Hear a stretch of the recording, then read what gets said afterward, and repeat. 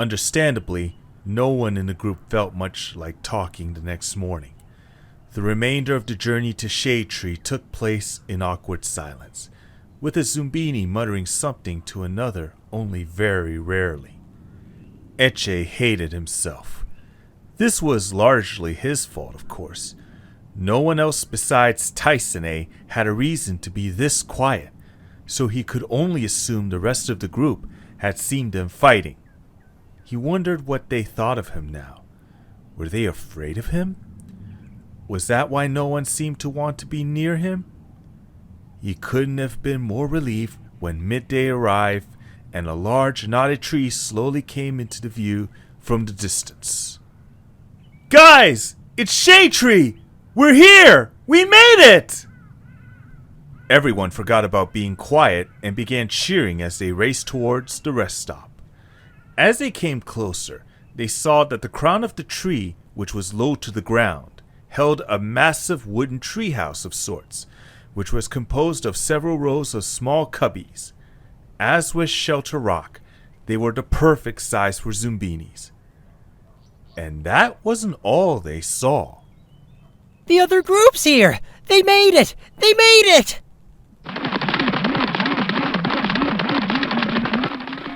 Guys, I see some people coming. Fast. Is it the fleens? Should we start running? I don't think so. It's the other guys. The other guys are coming. Everybody get over here. I can't believe it! They made it! Come on, guys, let's go! The rest of the group followed after him, and then all 32 Zoombinis were rushing toward each other, cheering and shouting names. Then they met, and the weeks of separation have finally ended. All around, Zoombinis were pressing against each other and laughing, reunited with their friends for the first time since the ill-fated first escape. The air was filled with fantastical recounts of the group's adventures, of all the friends they had made along the way, but most of all, the fleens, and how utterly relieved that everyone had made it past them unharmed. A few of the younger Zoombinis began to play around the campfire when the ring of stones surrounding it were pushed out of the ground by a series of organ pipes, which puffed out a tuneful melody before disappearing back underground. Echae frantically looked around for Saetwo amid the chaos, but somebody else caught his attention. Out of the corner of his eye, he noticed a Zoombini with a propeller and a somewhat lopsided gait, and he broke into a grin and turned to face him, knowing it couldn't be anybody else. Hey, Echae! Where the heck have you been, buddy? The only ones not participating in the happy reunion were Xekrai and Tyscene. They both hung back by the fringe, unnoticed by everyone. They were both completely miserable, though for entirely different reasons, and when they finally caught each other's eyes, they barely acknowledged each other for one painful moment before turning away. The entire group slowly made its way back to the campsite, talking excitedly all the way. The entire southern group seemed to want to talk to Echae, anxious to know what had happened to him since they had last seen him. He chatted with them for what it felt like forever, filling them in on how he had run into the northern group and where their part of the adventure had taken them. And then he noticed Saetwo. She noticed him at the same time. She had been talking to one of her other friends when she stopped dead, turning to stare at him, wide-eyed. Neither of them said a thing. They had been waiting for this moment for so long, and now that it was finally here, they had no idea what to do. Seeming to understand, the others slowly pulled away as they approached each other. Hi. Hi. Are you okay?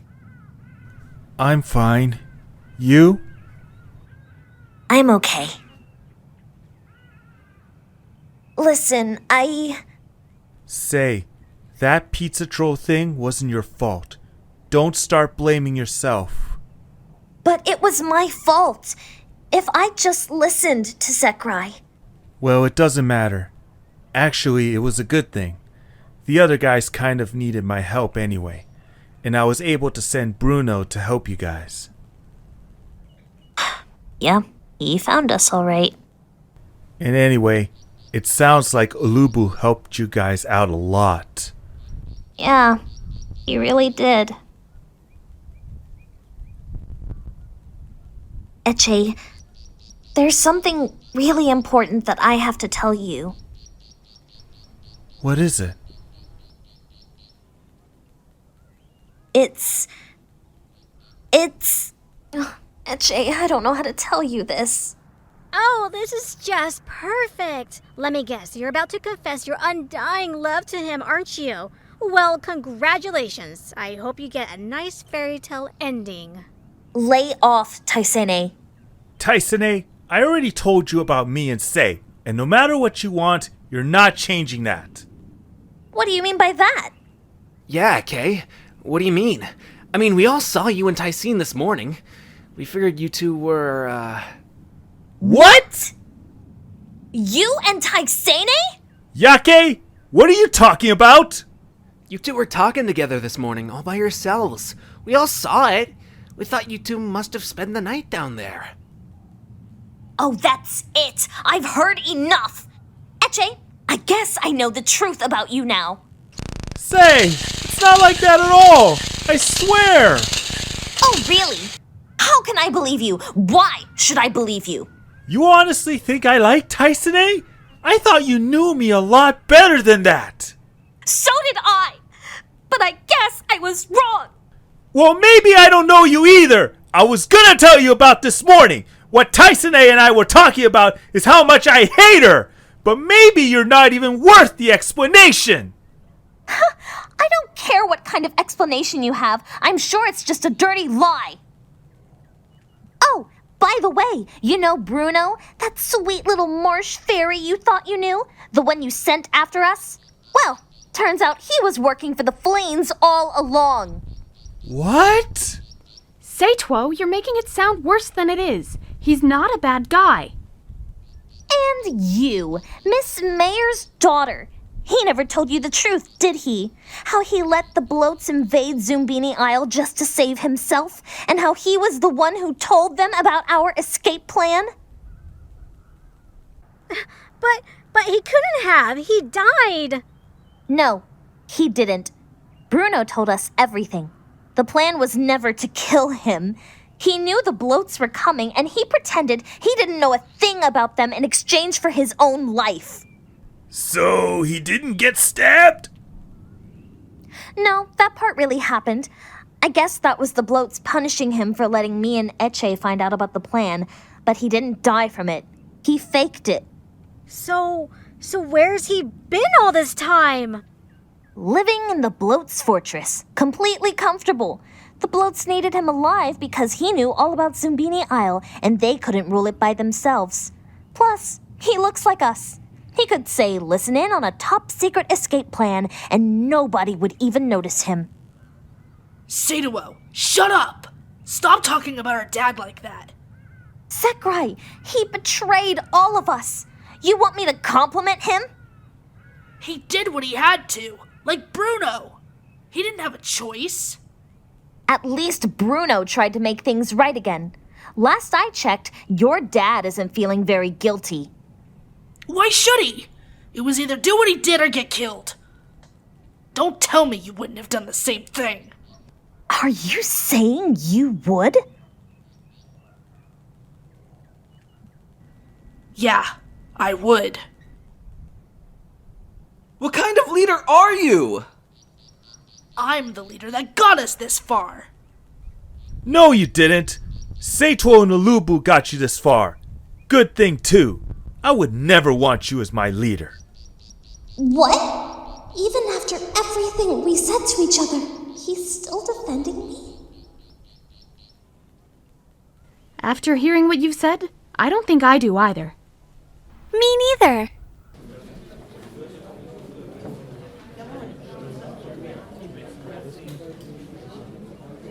You've got to be kidding me. Iake, Weiswyo, you guys don't believe what she's saying, do you? You're still with me.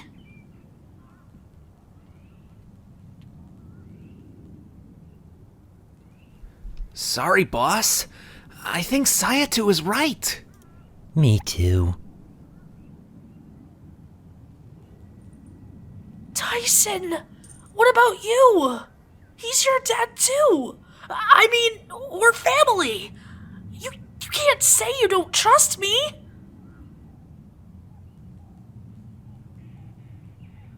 I never trusted you, Xekrai. If you think I'm going to start now, after this, then you're crazy. Because, Xekrai, I'm not like you.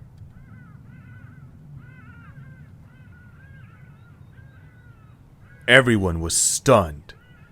Echae most of all. But hearing her voice and seeing the way she looked at Xekrai, he realized she was telling the truth. Having your heart broken was, apparently, a very humbling experience. Xekrai looked completely lost. Everyone was looking at him, not angrily, but firmly, having decided once and for all exactly how they felt about him.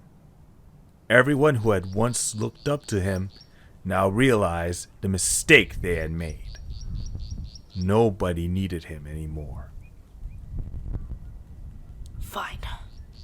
If that's how you really feel, then I guess there's no point in me sticking around this dump anymore. Xekrai, where are you going? Anywhere but here. I hope I never see any of you again!